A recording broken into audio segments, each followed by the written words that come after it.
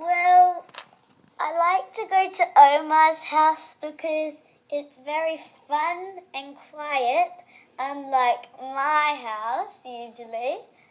And me and Nana like to cook for her.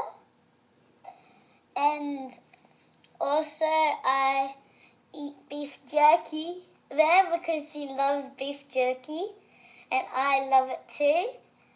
And I also make sweet tea and I love to drink tea and I dip biscuits in it and sometimes I just eat the biscuits. Long before Homo sapiens could read, of course, we were telling stories.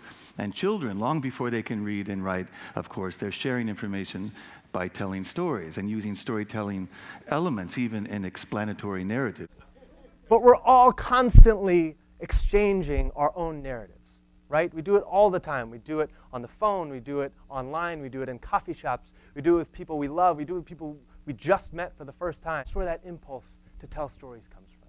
To share, to connect, to figure out what it is to feel alive. Like every ad is a narrative. Everything on television, of course, is a narrative. One of the rarest things is to actually encounter somebody in a story around us, in this bombardment of stories, to encounter something where you can actually feel, oh my God, that's exactly what it would be like to be that person, to actually be able to imagine yourself as that person. It started with my grandmother, who would tell the same exact stories again and again and again, but we'd always indulge her and enjoy the stories as if we were hearing them for the first time.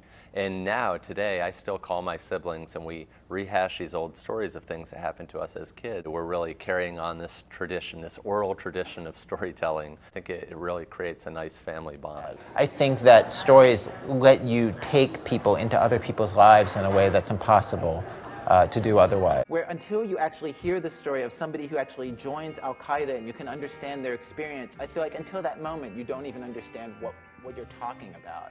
Like there has to be a person's story that you hear where finally you get a picture in your head of this is what it would be like to be that person. So, like until that moment you know nothing, and everything about you as a person deals with the information that you're given in a flawed way. I only knew what it felt like to be a teenage girl in New York City, not a teenage boy in New Zealand, through stories that I was able to see through someone else's lens, however briefly or imperfectly. Some people were never going to get to experience what it felt like to be a teenage girl in New York City, which meant that they weren't going to know what the subway ride after your first kiss feels like, or how quiet it gets when it snows.